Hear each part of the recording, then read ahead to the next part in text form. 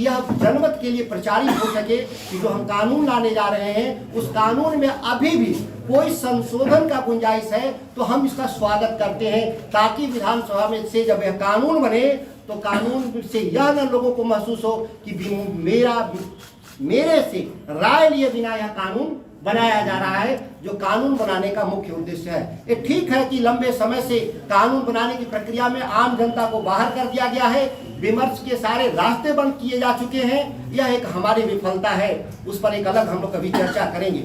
हमारा केवल 5 पॉइंट इसमें हम जो मंडी कानून लाना चाहते हैं उसमें 5 पॉइंट मैं बताना चाहता हूँ, जो प्रमुख रूप से, बाकी हम उसकी प्रति हम दे देंगे जो विस्तृत रूप से आपको देखने को मिलेगा। पूरे बिहार में हर 10 किलोमीटर पर किसानों के लिए एक मंडी की व्यवस्था होगी, जहां पर न्यूनतम समर्थन मूल्य पर खरीद की हम गारंटी देना चाहेंगे। इस कानून का मूल हमारा सिद्धांत है। साथ ही हम मंडियों के अलावा छोटी मंडी, पंचायतों के स्तर पर भी हम छोटी मंडियों का हम निर्माण चाहते हैं कि हमारे छोटे काश्तकार जो आधा एकड़ की, पौन एकड़ की, जो साइकिल से, जिनके पास ट्रक नहीं है, जिनके पास ट्रैक्टर नहीं है, वो अपने साइकिल से अनाज को बाजार तक ले जाते हैं, वह पंचायत स्तर पर ही बेच सके। छोटी मंडियों का भी निर्माण हमारा उद्देश्य है। सरकारी कृषि मंडियों की संचालन की जिम्मेदारी बाजार समिति की होगी और कृषि मंडियों को देख रेख करने के लिए जनता से चुने हुए प्रतिनिधि उसके अध्यक्ष और सचिव रहेंगे और सरकारी कर्मचारी उनको मदद करेंगे। चौथा मेरा विषय है, पूरे बिहार में निजी मंडी, कृषि हाट एवं अनाज अधिग्रहण केंद्र की स्थापना हेतु सरकार द्वारा ग्रामीण उद्यमियों को प्रोत्साहन भी दिया जाना चाहिए, ताकि हमारा सार्वजनिक और निजी निवेश दोनों के जरिए हम बाजार में सक्रिय हस्तक्षेप कर सके और सरकार रेगुलेटर के रूप में रहे और सभी जो इस खेल में शामिल है कारोबार में, वो सभी लोगों के लिए लेवल प्लेइंग बने, एक तरह का मैदान वो दे सके। इस कानून का मुख्य उद्देश्य है। 5वां मेरा है, कृषि मंडी में किसानों से अनाज न्यूनतम समर्थन मूल्य से जो भी खरीदेगा उसको दंड देना सरकार की जिम्मेदारी होगी। यह कानून का हमारा एक हिस्सा है। न्यूनतम समर्थन मूल्य, आपको मैंने बताया कि केवल पंजाब और बिहार की जो रेट में फर्क है उससे बिहार के किसानों को केवल 2 अनाज में ही 20,000 करोड़ का घाटा हो रहा है। छठा अंतिम, कृषि मंडी, गोदाम, प्रोसेसिंग यूनिट, पैकेजिंग यूनिट की स्थापना हेतु सरकार भूमि, भवन, राशि, बिजली, पानी समेत सभी प्रकार की संसाधन मुहैया कराएगी।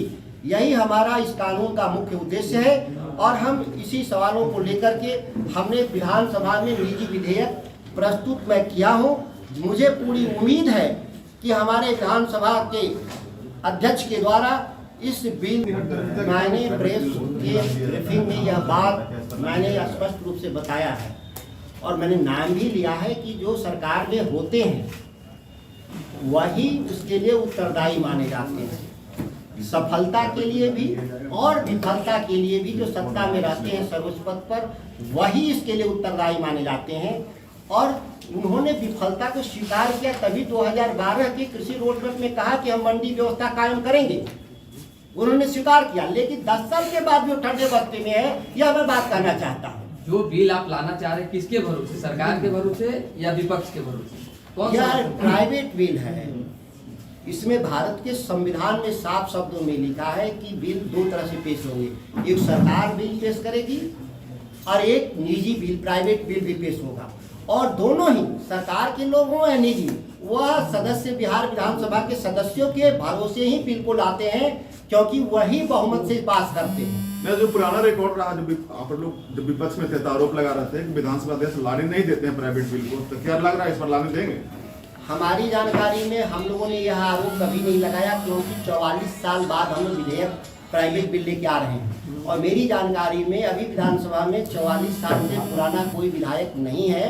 पुराने भी जितने हैं हाउस में वो 77 के बाद ही वाले हैं, 77 वाले हैं, उससे पहले के नहीं है। तो ये पहली बार है। ये तो अभी पता चलेगा हम लोगों को कि बिल आने दे रहा है लोग कि नहीं आने दे रहा है। इसकी 1-2 दिनों में बातें साफ हो जाएंगी। आपने धरना प्रदर्शन की भी बात करी थी, क्या लगता है कि अगर सदन में आप इस चीज को रखते हैं, अगर समर्थन नहीं मिलता है तो किसी अन्य मुद्दों पे भाजपा को समर्थन देंगे क्या? यह पार्टियों को समर्थन देने के लिए हमारे बिल नहीं आए। ये भारतीय जनता और कृषि क्षेत्र में लगे हुए लोगों के समर्थन देने के लिए कानून है। कौन राजनीतिक दल इसका समर्थन करता है, कौन राजनीतिक दल विरोध करता है, वह तो पब्लिक डोमेन में आएगा ही विधानसभा के सत्र के दौरान। वो सभी लोगों को पता चल जाएगा कि कौन विरोध में लोग हैं या कौन इसके पक्ष में है।